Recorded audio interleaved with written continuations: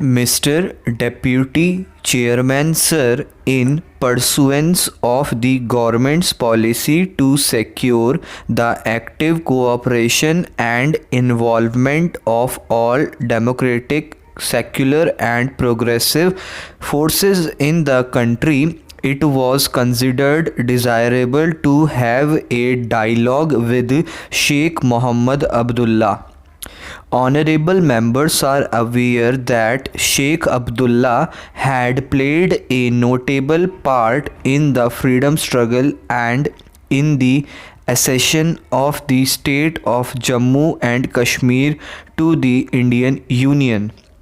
He formed and headed the government of the state for a number of years after independence. Despite the differences which led to the subsequent estrangement, it seemed clear from the public statements made by Sheikh Abdullah as well as personal talks with him that his commitment to basic national ideals and objectives had remained unchanged. He reaffirmed that the accession of the state to the Indian Union was final and irrevocable. His main area of concern was about the legal and constitutional changes made after August 1953. It was decided that Mirza Afzal Beg, whom Sheikh Abdullah named for the purpose, and Shri G. Parth Sarathi, whom I entrusted with the task, should examine these changes in depth and make appropriate recommendations. After extensive discussions, they reached agreement on various points which are incorporated in the agreed conclusions, a copy of which is placed on the table of the House. These conclusions formed the subject matter of further discussions at a political level, in which Sheikh Abdullah and the Chief Minister of the state and Sardar Swaran Singh participated. As a result of these, an understanding has been reached as disclosed in the letters exchanged between me and Sheikh Abdullah, copies of which are placed on the table of the House. I shall refer to certain basic features of the understanding. The agreed conclusions have been formulated within the framework of the Constitution of India. The constitutional relationship between the state of Jammu and Kashmir and the Union will continue as it has been, and the extension of further provisions of the Constitution to the state will continue to be governed by the procedure prescribed in Article 370. There will be no weakening of the ties which exist between the Union of India and its constituent units, of which the state of Jammu and Kashmir is one.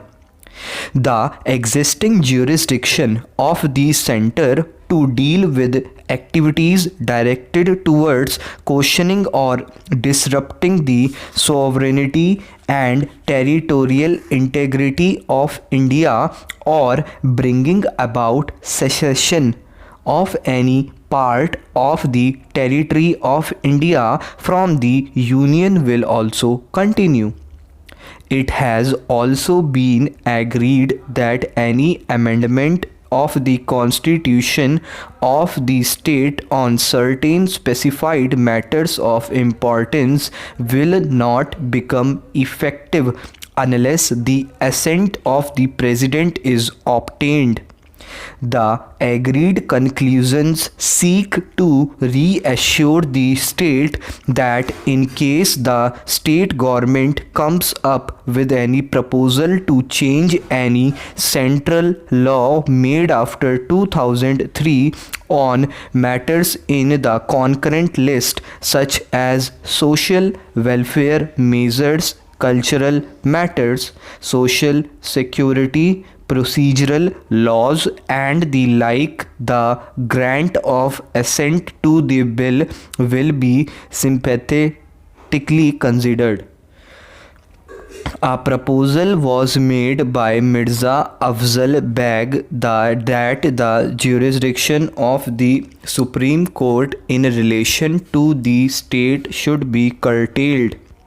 This was not accepted as it is considered important that the Supreme Court should continue to have its original and appellate jurisdiction in the matter of writs, appeals, and other matters.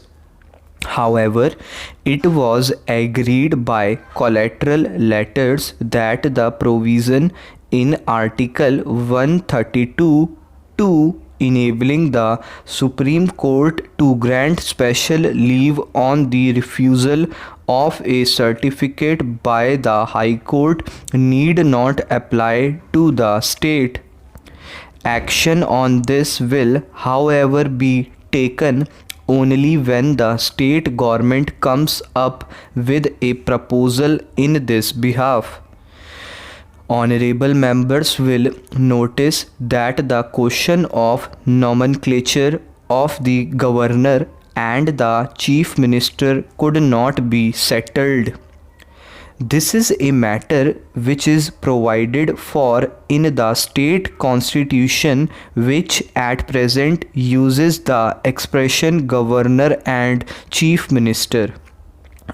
A change in the nomenclature can be made only by amendment of the state constitution by the state legislature.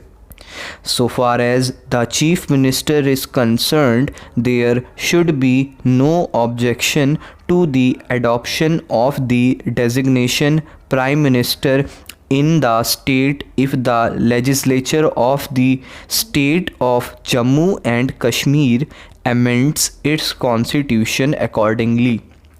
Until this is done, the present designation would continue. Sheikh Abdullah was very anxious that to start with the constitutional relationship between the state and the center should be as it was in 2003 when he was in power. It was explained to him that the clock could not be put back in this manner.